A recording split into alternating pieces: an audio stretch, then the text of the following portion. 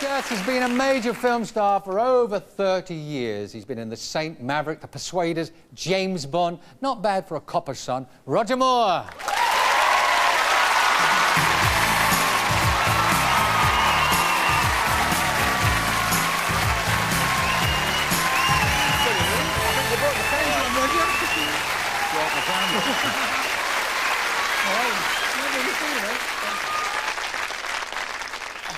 Comfy, make yourself comfy. Now then, I mean, your dad, I didn't know he was a copper. What do you mean you didn't know he was a copper? Well, I've just found out, reading notes about that, your dad was a policeman, is that right? PC 168E, Bow Street. You remember the number? Of course I do. I also read that he was a magician. What did that mean? Well, he was an amateur magician. He was very good. He was wonderful. Well, actually, he was terrific. And he called himself Haphazard the Hazy Wizard. but he was brilliant because he never bought a trick. He would go to Masculine and Advance where they demonstrated tricks, and we would watch it. He was very clever, and my father, he is alive. I mean, he's not.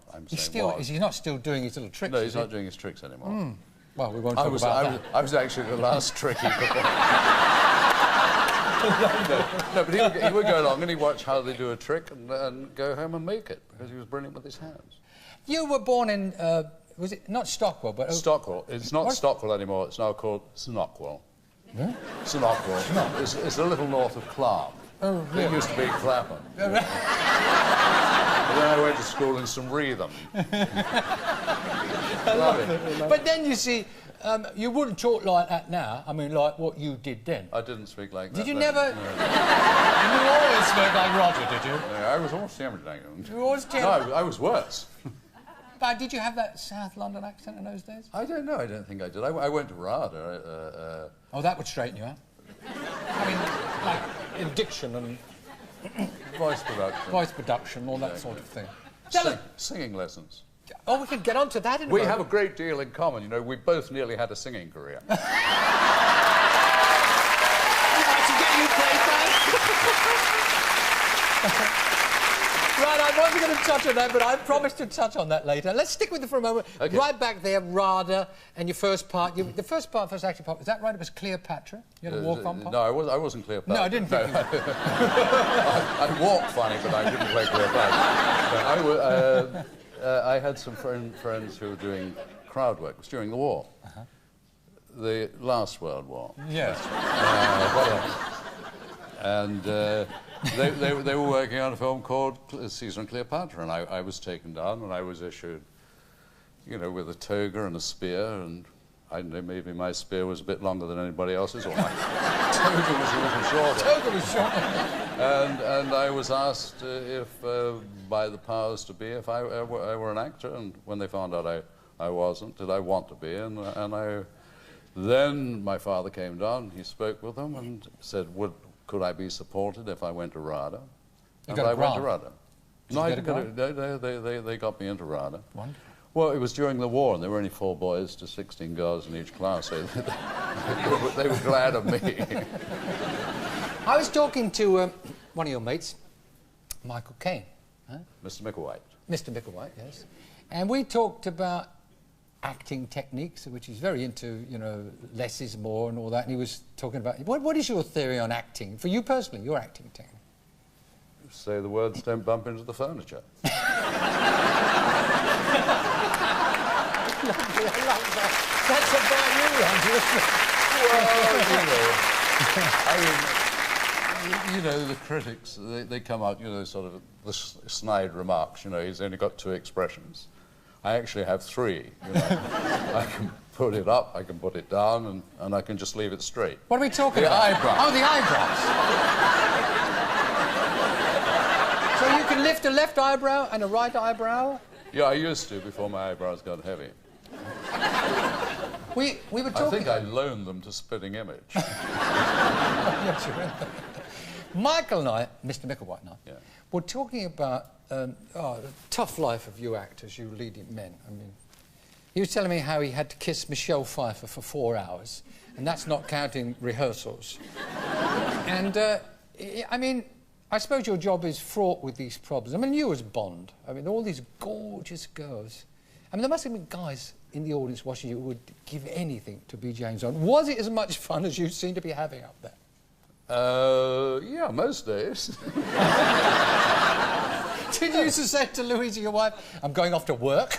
Yeah, she'd say, don't enjoy it. What happened with Aspects of Love? I bought tickets for the opening night. So did I. And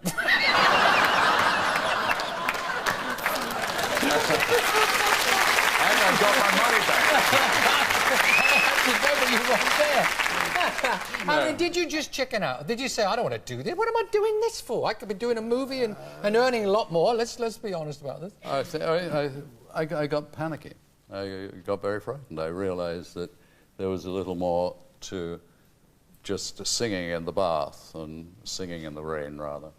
No, but than singing opera, which is what Aspect was. Yeah, it's a form of opera. And I started having nightmares where I had to come in without a bell note. No. There was no note to tell me what key, where it was, and 4 other people were going to have to sing after me, and they had to take what I was going to sing. And I remember when I did pantomime years and years ago, playing King and Jack and the Beanstalk, and I had to sing Another Bride, Another June, and the cast used to get the pianist, buy him drinks in the pub next door, and say, play another note. And so he was a drunk, he loved it, he'd get all these drinks, and so he played different notes, and so he would go bong, and I would go, Another Bride. And in fact, Jimmy James stole my act. Nobody remembers Jimmy James. You didn't have but a lot you do. Oh, of course I do. You're putting around there, I'm and all that stuff. Let's talk about your homes. You have homes, 3 homes, don't you? One in America, one here, and one in Switzerland. No. But actually, Switzerland is your main home. Yes. How are the Swiss? Do you get on with the Swiss? Very well. They like me because I don't yodel. Well, I'm told you've got a sense of humour. It's pretty obvious that their sense of humour is not exactly stretched. Oh, the Swiss do have a sense of humour. Yeah. You know what? You know why they don't swim very well? Why? Well, when they do the breaststroke, they go like this. Well, they're all bankers. They're all bankers, you see.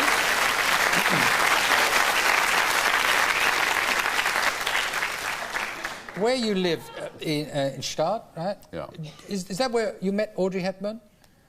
No, Audrey and I actually modelled together in about 1950. You modelled? I wasn't going to mention the knitting patterns. I was told you weren't thrilled about. No, not for knitting patterns. We modelled. I think it was for some cold cream, and she didn't have spots, or I didn't have spots, and I was looking over her shoulder, or she was looking over mine, and it was one of those things.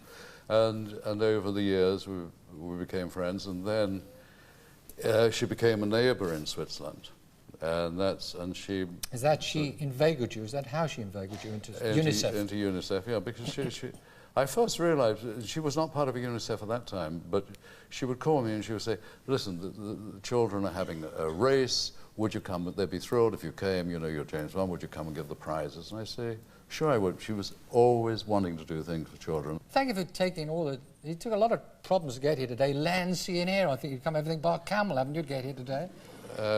Tried that too. Ladies and gentlemen, Roger Moore. Lovely to talk. Thank you, Roger. Thank you. Thank you, Moore.